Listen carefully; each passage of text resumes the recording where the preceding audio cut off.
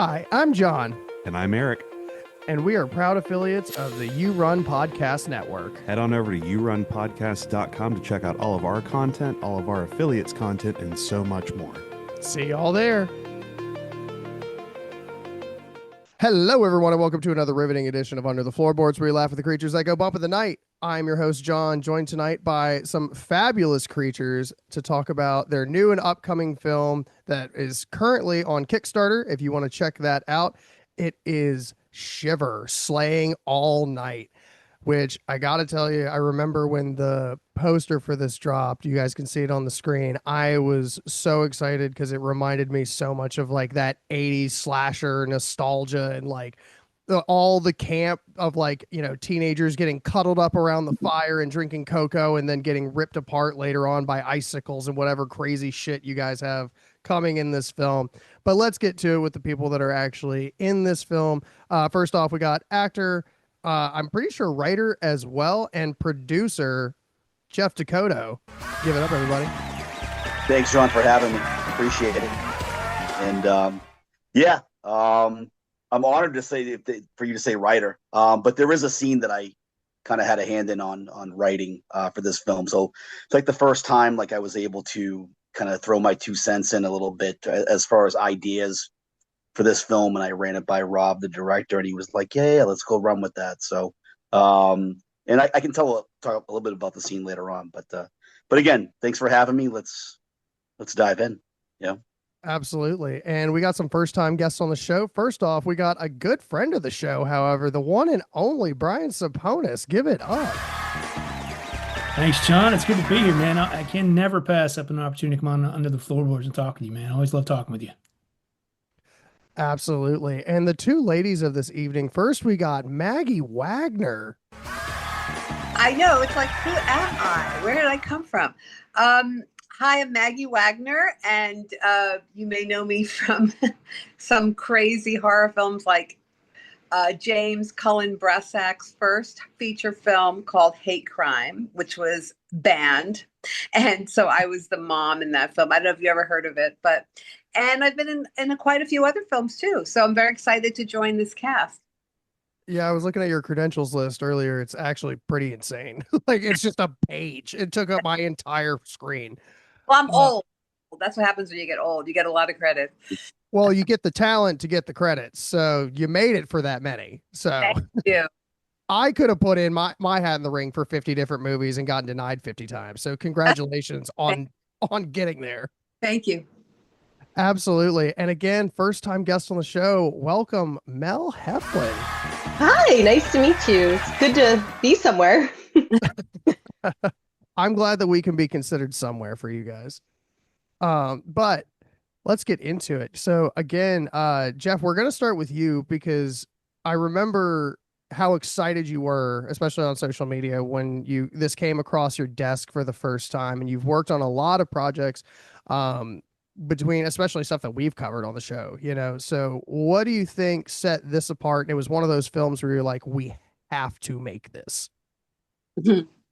yeah. I mean, it's a great question. So first of all, I mean, before anything, I mean, I'm a fan first of this genre, and I have certain guilty pleasures of films that maybe people may not like that I do, but this was something that fell into my lap from Rob.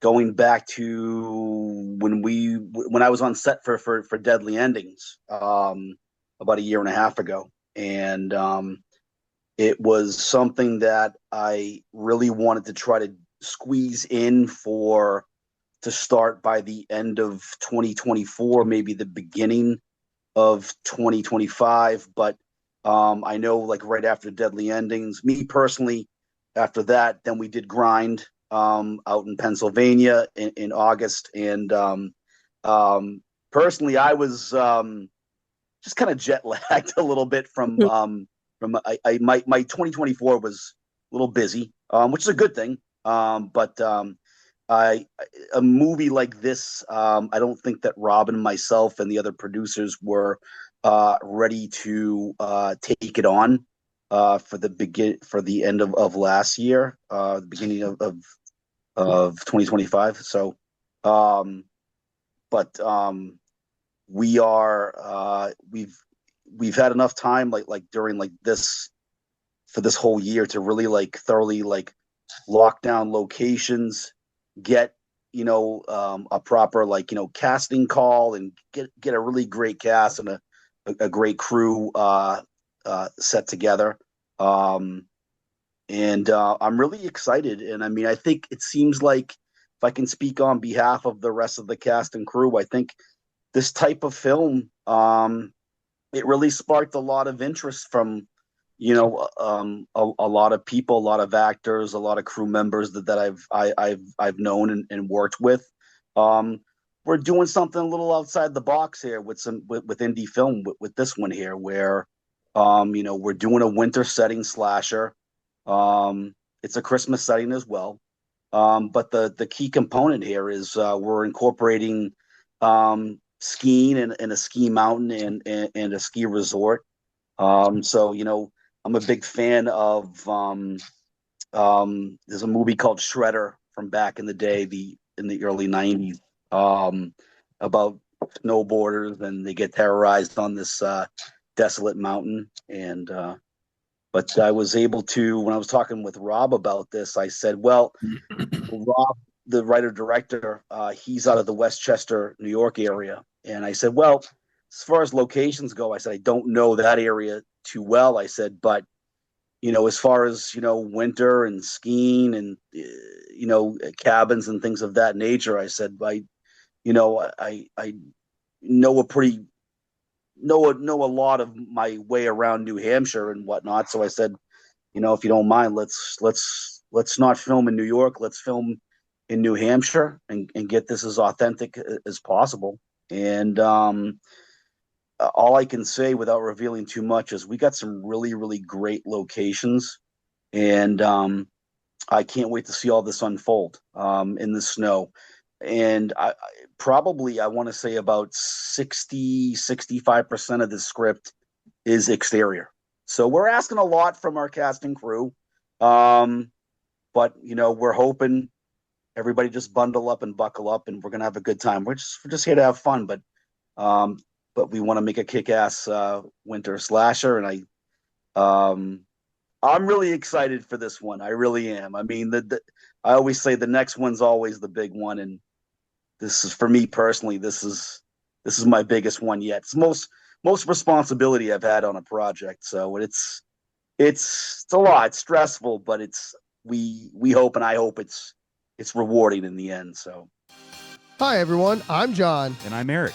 and we wanted to take this opportunity to talk to you about the Dewey Pod Monster Podcast, an affiliate of the You Run Podcast Network.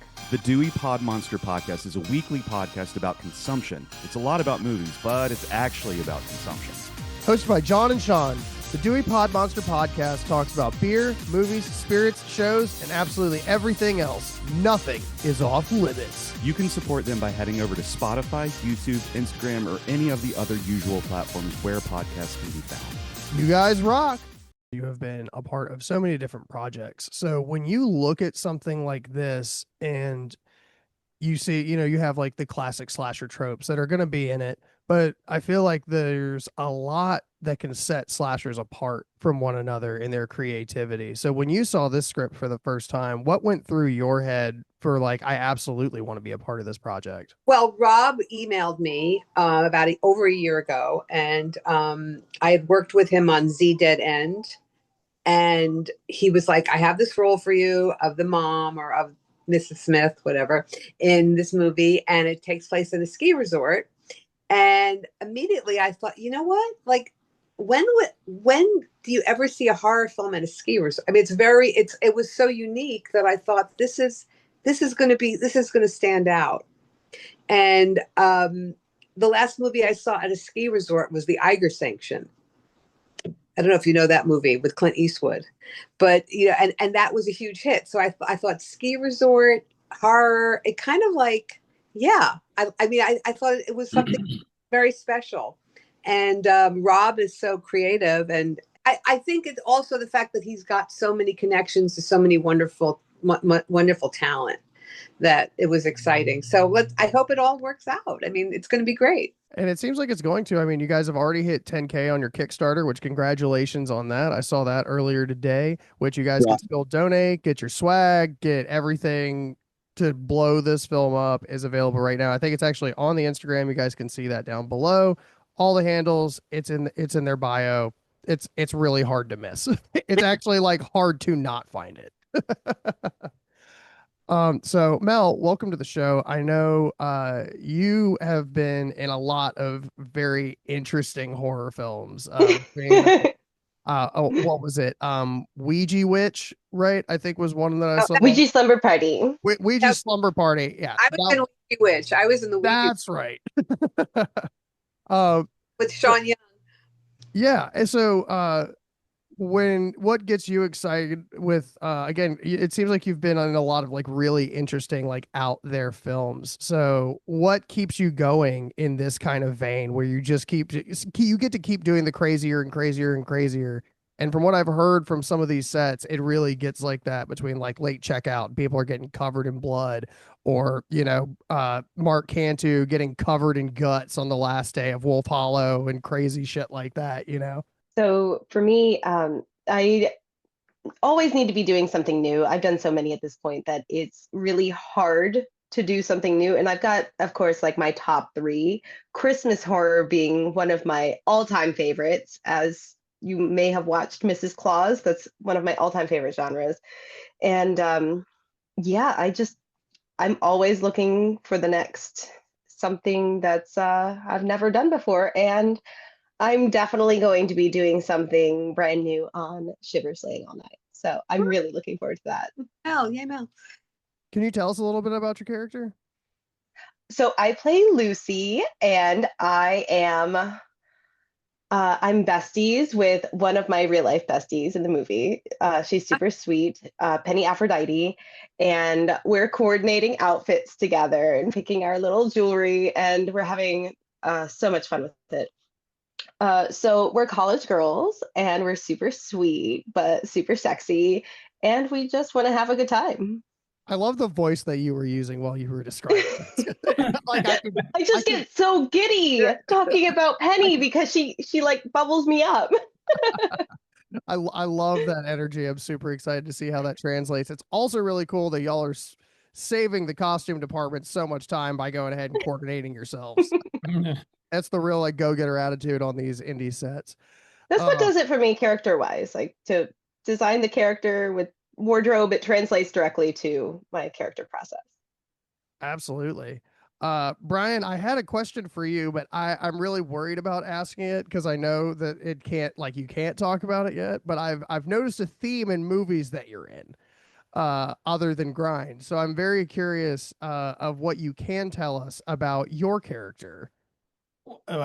My character is King Larry. He's basically a provocative talk show host. So what Jeff was saying before about most of the stuff being shot outside, I'm venturing to guess my stuff's not going to be shot outside, since it's going to be in the studio most of the time with guests, which is good for me. So, but it's cool because I first met Jeff on Wolf Hollow, and then he did Wolf Hollow and then Grind, which was he knocked out of the park on both of them. And when this came up, it was just cool to have an opportunity to kind of throw my hat in the ring and say, hey, you know what? I'd like to be involved with this thing and see where it goes. So managed to land the King Larry role. And I don't know how much Wes Brantley is going to be in King Larry, but King Larry is going to be a fun character in and of himself, I think. So I like the idea that we're going to have this smooth, buttery radio voice and the transitions between like people getting slaughtered. I think that's brilliant. Wherever you turn, like the King Larry show is on. It's no matter where you are. So also, I don't know how much you're going to have to pay the tailor, because for those of you who don't know, Brian is like 7 feet tall. Like I don't look up at very many people, but there's a reason you put him in a wolf costume. Fortunately, I'll be sitting down, I'm assuming, so you don't have to see my height. And Maggie, you tell us a little bit about your character as well. I feel like what I do before I do a movie is I try to be a little private about the character and then have a surprise for the audience, because I'm basically kind of just the wife, the mom. It's not too fleshed out yet. So I think what I want to do is have like an underbelly to the character. Do you know what I mean? Like a secret story that you guys don't know about yet. Your head canon. I got you. I'm picking up what you're putting down. You know what I'm saying? Like it isn't written so like I want to kind of make it me. Do you know what I mean? Like, yeah. But you'll see, and something bad happens to me. Ooh. That's all I want to say now. I always say to Rob, don't kill me off, because then I can't be in part 2. I just imagine like they, when The Walking Dead was around, you would see the posters and they would start graying out people as they would die. And I feel like that's what I'm sitting in the middle of right now. It's just people that are going to be grayed out later. You're seeing a lot of dead people right now. I don't know if I'm going to, I might make it. He's got a gun in his desk underneath his mic. Like, exactly. Sure, See, that's movie magic, right? That's movie magic right there, This is a question for all of you, and Mel, we'll start with you. Are any of you like good at skiing? Like, I snowboarded growing up, but I snowboard. Okay, skiing scares the shit out of me because like the idea that my legs can just split away from each other, I'd rather just break both of them together. That's fair. One thing about actors and actresses, they'll tell you the first thing you don't ever do is ski. Because it's too dangerous. You could break something. And it's in a lot of people's like contracts and stuff, not to do stuff like that. But I love skiing. I love the winter. I've skied Killington. I've skied, Stowe. But no, I'm just a beginner, but it's fun. Skiing is great. Yeah.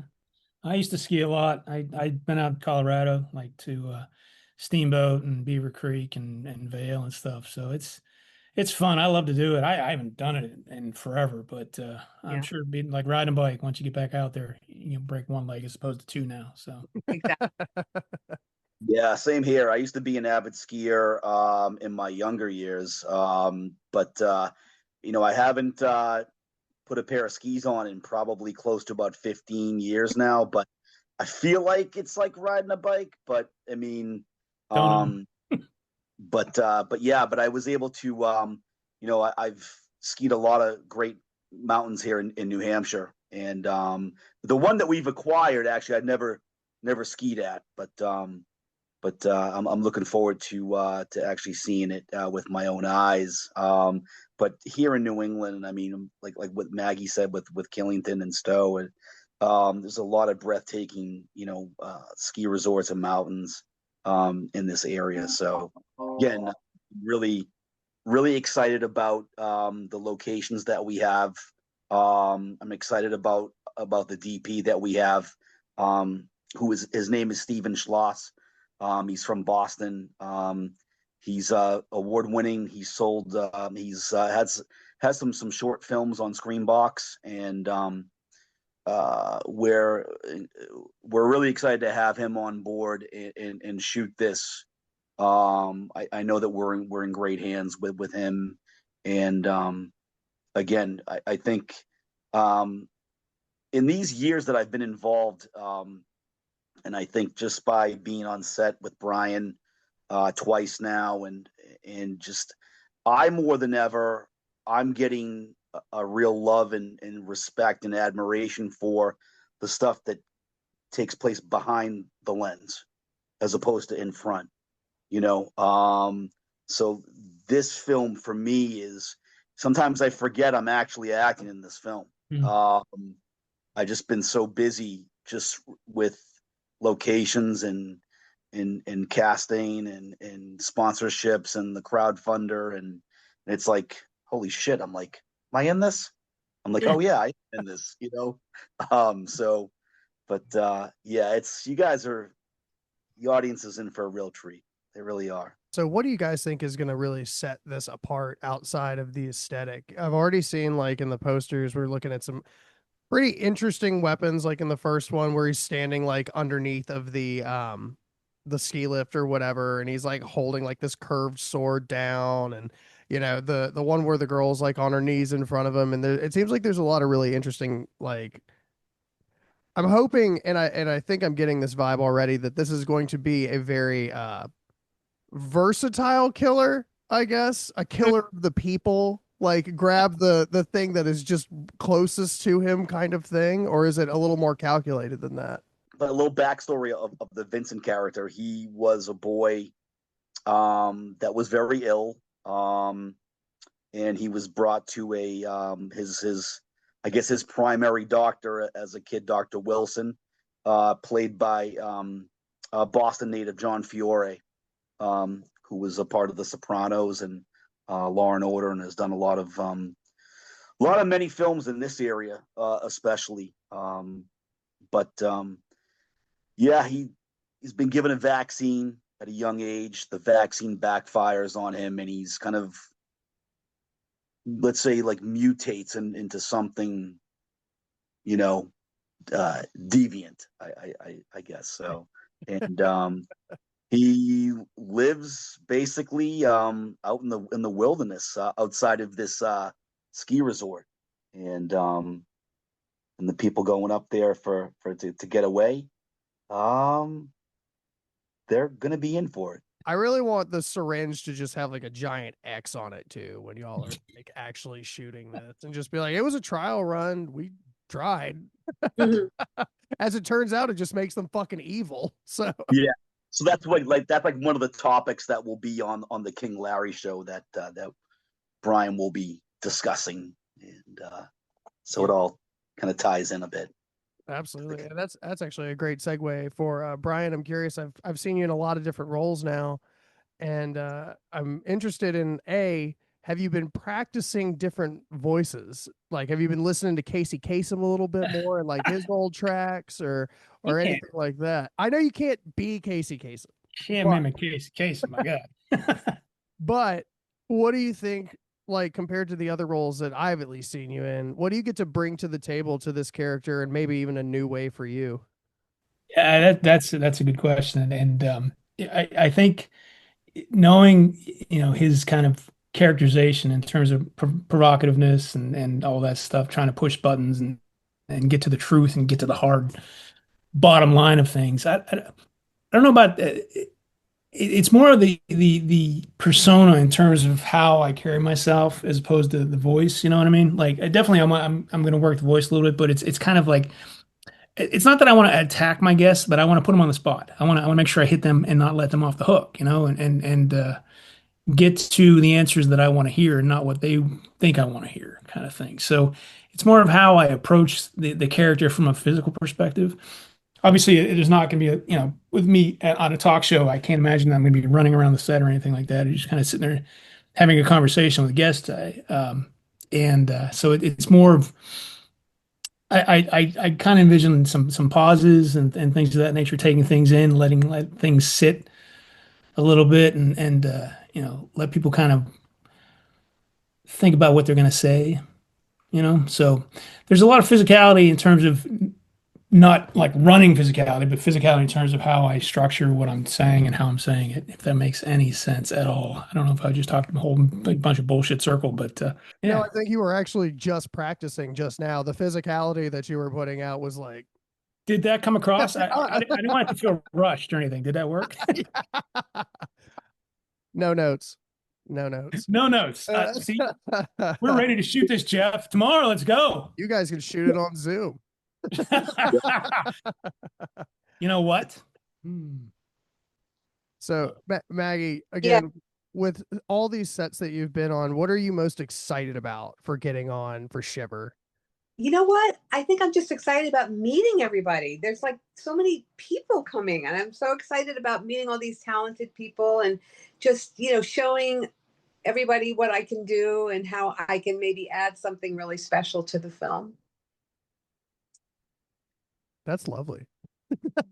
I thought Being the oldest person, I can maybe, bring some of my acting wisdom to my role, and, maybe just, I'm a lifetime actor studio member here in New York. And, I've been trained to like do things that maybe not everybody has done before. So I thought maybe I can add something special, I don't. Absolutely. Let's I say know that you you're the will. oldest, Meg. I mean, what are you like in your 30s? I mean, come on. Yeah, I'm like 40. I'm so old. No. But you know what I mean? Being the old mama character kind of thing. Brian's so smooth, but Part of my talk show thing. You see how I worked it in there? Getting into Mel, I've got a really interesting question for you actually.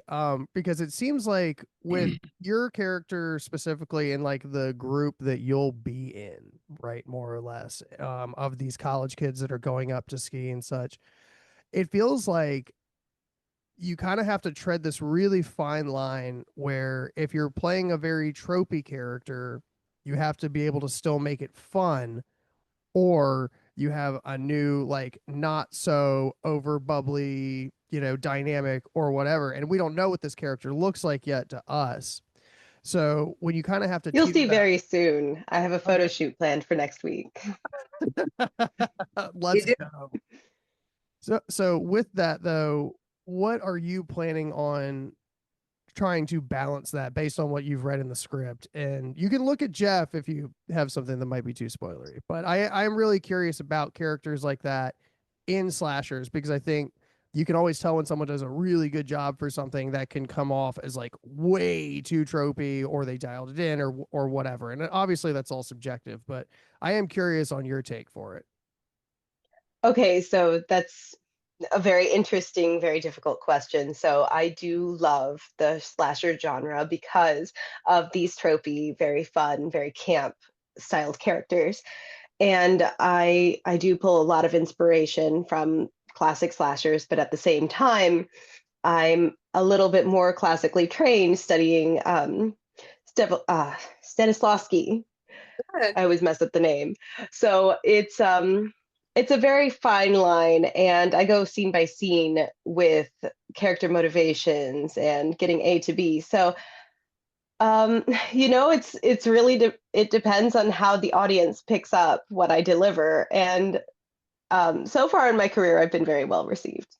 Obviously we've got a lot of blood if we're slaying all night, right? So how do we keep a pace like that in, and this is more so directed towards Jeff, but how do we keep that pace going for what I'm assuming is going to be 90 minutes, the Lord's number for horror movies? But um what do you think that looks like for keeping the audience just enthralled in an age where like everyone picks up their phone every fucking 10 minutes? I am not that way. I love watching movies, but how do you keep that pedal to the metal? Well, I mean, like, with we're throwing it back with this film to 80 slashers a bit. I mean, this is one thing I'm a fan of is the basics. Is we have these kids going up north. They have no other plans than just they're with their core group of friends, and they're bringing the booze, they're bringing the drugs, and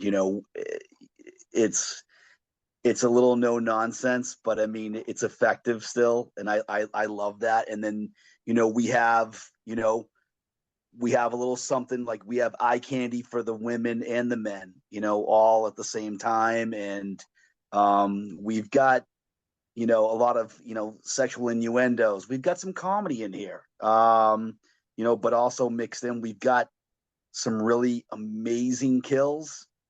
We've got a pretty high body count in this one.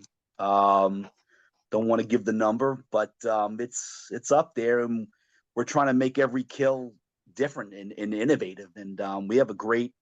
We're working with Necro Effects, Jade Figueroa, and Necro Effects. We're proud to have them on board, and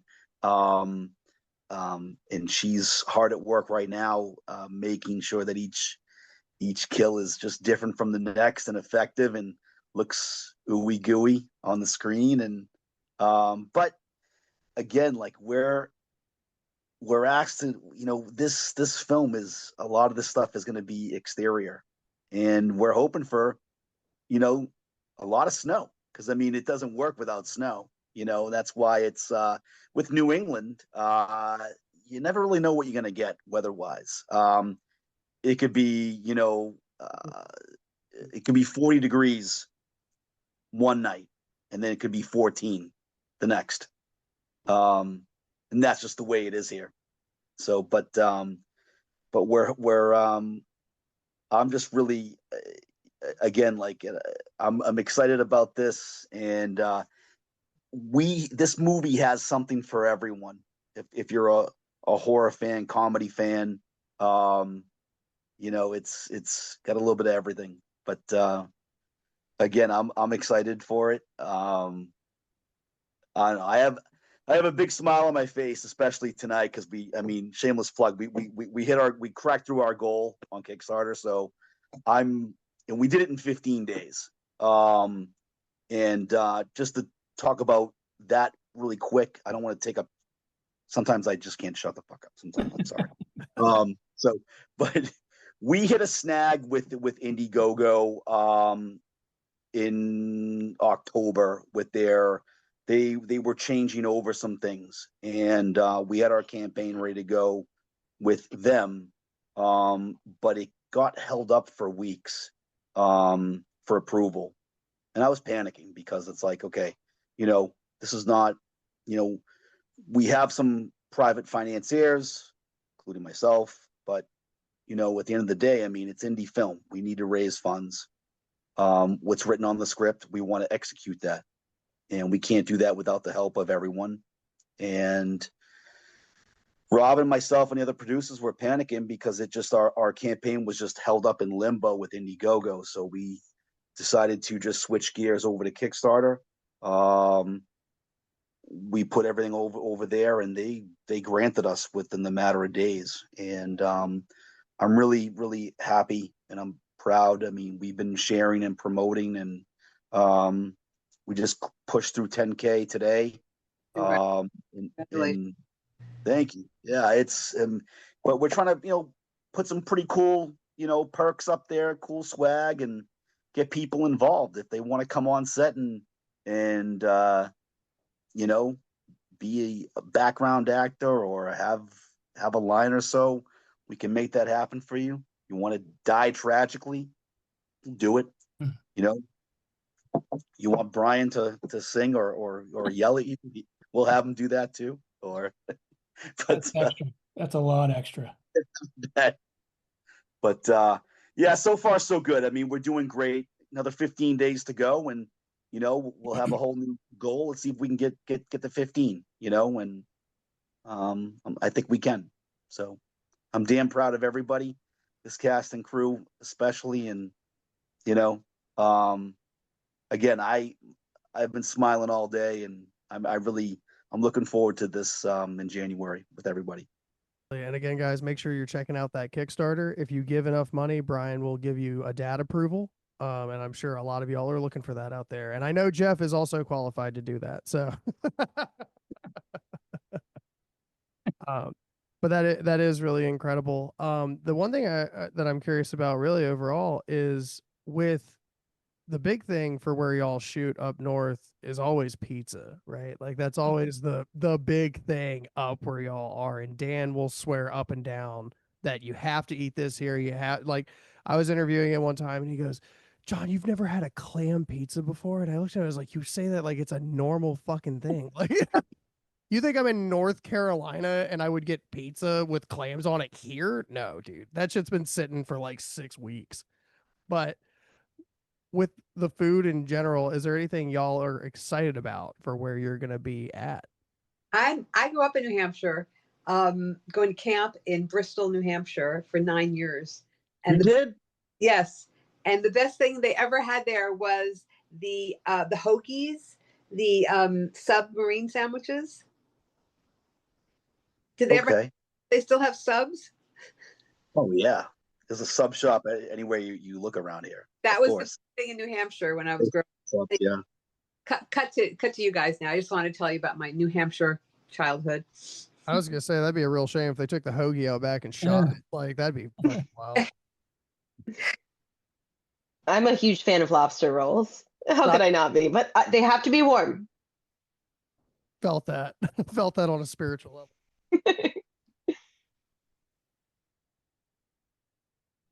Brian, you don't seem too excited. I don't know what the local New Hampshire cuisine is, so I can't really contribute. I don't think I'm trying to think if I've been in New Hampshire. Fried clams. Yeah, I think I might have driven through New Hampshire. That's about it. I don't know if I've really ever been to New Hampshire. Yeah, where New Hampshire is really noted for like their seafood, whether it be fried or not. Fried clams, scallops, haddock, all that stuff. But yeah, lobster rolls everywhere you look, especially summertime, whether it be Maine, New Hampshire, Seacoast. I mean, it's every year is always, you always see on social media, people are always asking, where can I go to get the best lobster roll? Who has it? And I'm going. And so it's, take your pick. I mean, you can't go wrong really anywhere around here. But that all sounds good. Lobster rolls sound great. Brian, I was the same way when I was out in your neck of the woods for Wolf Hollow. I mean, I had my first taste of Primanti Brothers, and I mean you can't get that stuff back here. And that was yeah, you got to do the Primantis, but yeah, I'm looking forward to it, Jeff. I guess and lobster, I'll probably eat a bunch of lobster rolls, so I'll take advantage of that. I'll go with you, Brian. Yeah, I love it, absolutely. That's why we need to donate to this Kickstarter, man. Get these guys some fucking lobster rolls. Please, they're my favorite food. Yes. Do you really want Mel to be sad? Is that what you people fucking want? No, we want a bomb-ass movie to come out of this. And I think with all the talent that you guys have incorporated into this, it's going to be nothing short of a hit. And I can say that predicated on the movies that I know, the production company and the producers that are a part of this, that have been a part of movies that I do love, actors that have been killing it in this scene for quite some time, and bringing in a couple old headies too. This is a pretty stacked cast overall, and I was really impressed as I saw things start to drop. And I don't know. I'm excited, and I'm excited to have a new Christmas movie next year. That's very exciting. Because we do not have enough good ones of those. Like I think I watched the Nutcracker the other day, and that was fucking horrible. Dude, it was rough. It was rough. It was like an elf on a shelf concept. It was a Nutcracker that they would just put in different parts. Oh, was that the Nutcracker Massacre movie? Yes. Yeah. Okay. I tried. I think it was the cameras that killed it for me more than anything else. Because like camera quality is like, even if the edit's not good, like if it's just like, I don't know. I had the willies just thinking about it. It's like old school PBS cameras and shit. But that is part of the cool thing that indie really has now, and why I feel like people are able to rise up and tell these really cool stories, is the accessibility that exists now. And working with a lot of these people and being able to find funding without making $1 million movie, and hopefully you guys make $1 million movie and you get $1 million and you get another fucking film out of this.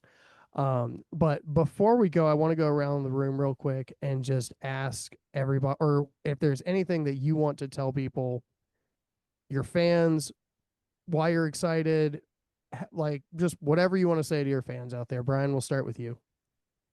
Well, okay. No, I'm just looking forward to this film. I mean, like they was said before about doing a horror movie in wintertime, ski resorts with a bunch of blood and gore and comedy, and we've done films like this before, and it's always nice to have something like this kind of wrapped in this cool package with this much talent and cool people associated with it. I'm really looking forward to getting out to New Hampshire and shooting this thing. So it's gonna be a fun time. Absolutely. What about you, Maggie? Oh, to all the millions of Maggie Wagner fans out there. No, I don't even know if I have any fans. I hope so. But yeah, just stay tuned for something new from Maggie Wagner, because, you've seen me do some other films, but this is going to be completely different. Very exciting. What about you, Mel?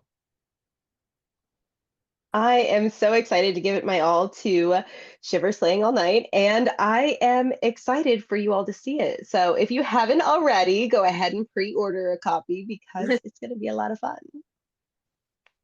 And it's exciting when you know that something is coming at some point. Like I've donated to some of these Indiegogos and Kickstarters and stuff before, and guys, it's always worth it.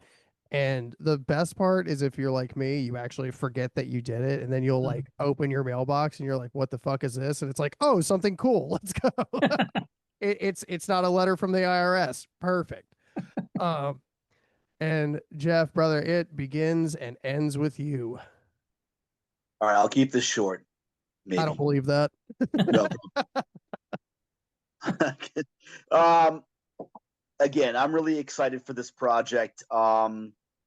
This is huge for me on a lot of different levels. I've taken all the knowledge that I've had, and a lot of this for me is a lot of on-the-job training over the past like 6 years. And I mean, the first film that I was a part of and the first set that I was on was with Rob for Z at Bill Diamond Studios, and just to take all that in, I was in awe to see like how stuff gets done and gets made, and since then, I mean, like it's Wolf Hollow with Brian, Grime with Brian, Deadly Endings with Dan and Felissa and the gang there, and then I've and then now we're here with Shiver, and again, I'm really excited about this one. There's a lot of other indie films that I've seen where if they get picked up by a distribution that puts a smile on my face. It's inspiration, it's motivation to see them land on, whether it be Tubi or Prime or Screenbox or Shudder. That's the goal. That's the goal here with this, is that I feel that this film here is, we're doing something a little different here, where we're not doing something all inside of like an Airbnb for a couple of days, where we have a lot of different locations, all here in New Hampshire. But I really feel like this could be what I like to tell people sometimes, and this could potentially be our Terrifier Part 1. You know what I mean when I say that? Oh. It's like this could be like our movie that kind of just gets the recognition. We have a new slasher who's entered the chat, and I strongly feel that with this script and with this cast and crew and what we have here. So, and again, I'll say it one more time. I mean, we cracked through 10K today on Kickstarter. I'm so proud of everybody that's donated and backed us and believed in us. But we are not done. Even though we cracked the goal, let's get to 15K. We got some great perks on the Kickstarter. And feel free to reach out to me or any of the producers or Rob, the director, if you want to have any involvement in the film. And good Lord willing, we'll make that happen for you. But again, going back to the beginning of me talking, I am a fan first, and this is a film that I wanted to see as a fan. So that's why it's being one of the main reasons why it's being made, because damn it, I want to see this. Even if I'm not acting in it, I want to see it. I think it's going to be so fucking badass and so cool. So, and again, like, I'm really excited about everyone that's with us, cast and crew, and yeah, lobster rolls for all. Okay. Yeah. Yes. Absolutely. Let's hit that goal, y'all. All right. Well, thank you guys for joining us. Give it up for some of the cast and crew of Shiver Slaying All Night one more time. Yeah. Yeah, you guys are great actors because you can pretend like that's actually happening right now. But in all seriousness, thank you guys so much for joining us tonight, and thank you guys for listening. Make sure you check out these guys on Instagram. You can see that below. If you're on YouTube, you can see the Kickstarter link below as well. Make sure you check that shit out, and let's make a badass movie together. And again, that's kind of the cool part, is when you put money into it, you get cool stuff out of it. You're part of the movie. You're part of the process. It's a cool thing to do. So be sure you guys check that stuff out. Thank you guys once again for joining us. Where it creaks, it cracks, and we laugh with the creatures that go bump of the night. Good night, everybody. Thanks, John. Thanks, John. Thanks for having us, John.